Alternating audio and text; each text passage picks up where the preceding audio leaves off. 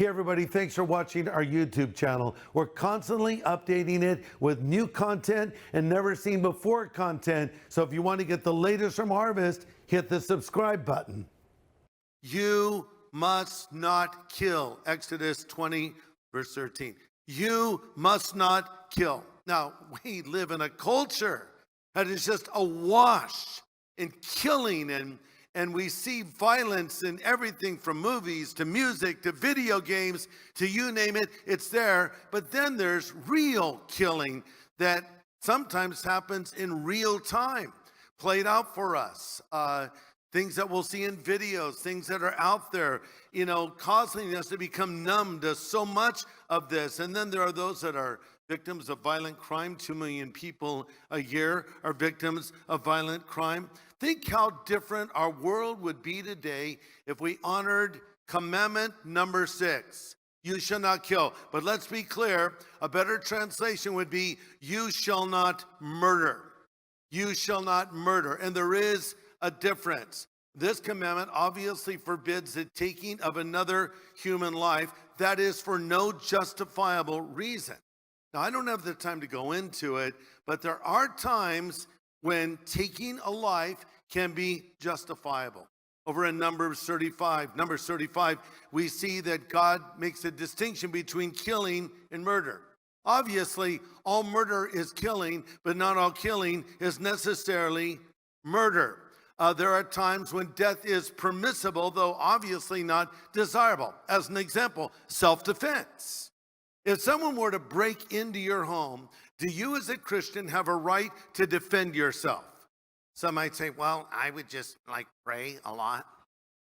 I'd pray too, as I load my shotgun. Praise the Lord and pass the ammunition, right? I mean, the point is simply this, is you have every right, and I will take it a step further, you have a responsibility to defend yourself. So clearly that is there. Don't forget that when the disciples were sent up by Jesus, he said, take a sword with you. Why would they take a sword with them? Like for shish kebab or something? No, for self-defense, clearly. And God has established laws in order to govern a culture by. And the Bible clearly teaches if we break those laws, there will be repercussions. For instance, God has established authority. He has established government. The police officer, those in law enforcement, those in the military, are there established by God as well. Romans 13:3 says the authorities don't frighten people who are doing right. The authorities are sent by God to help you. But if you're doing something wrong, you should be afraid, because you'll be punished. Those authorities are established by God for the very purpose to punish those who do wrong. Modern translation, don't mess with the popo. No, but seriously, there's authority that an officer has. I'm a chaplain with the police department. I hang around with cops off and on, and sometimes I'll meet an officer for a cup of coffee and a donut, of course. No, I'm kidding. But so they'll come in uniform and they'll walk into a room. And I'm telling you, the energy of a room changes when a police officer walks in uniform. Now, if he comes in wearing a Hawaiian shirt and cutoffs, nobody cares. But if he has that uniform on, everyone becomes very aware of their behavior. Well, think of it this way. When you're driving down the freeway and a CHP drives by, what is your first reaction? You slow down. I do too. Even if you were going the speed limit, you slow down. And if they slow down, you slow down even more. Nobody wants to pass a cop, right? So there's an authority that comes with that office. And some would say, well, God is against all killing, especially in war. Even that is not true. War is never desirable, but there are times when a nation must go to war. Don't forget that the Lord instructed the Israelites on more than one occasion to go to war against their enemies. Literal war, not just spiritual warfare, but an actual armed conflict. And it's interesting, when Jesus met a Roman centurion who wanted his servant to be healed, Jesus was ready to go with this guy, and the guy says, you don't need to go with me. I'm a centurion, which means that he was in command over other people, other soldiers.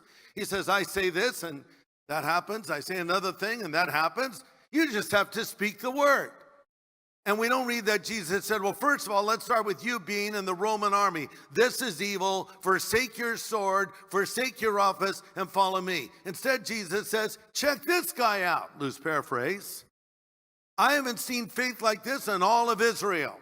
How easily he could have said to that Roman centurion, that high-ranking officer, to forsake that position he was in, but he did not do it. Imagine what kind of world we would have lived in if the United States had not gone to war against the Nazis and the Japanese Empire after we were attacked on Pearl Harbor. So there comes a point where we're not just doing it for ourselves, but to save innocent people. And we need to pray for those that serve us in uniform. They've been set there by God. Law enforcement, military. Go ahead and applaud for that. I know you want to. That's right. And even if you didn't want to, you should. Because they don't pay them a lot to do that. They put their lives at risk to defend us, and we're thankful for that.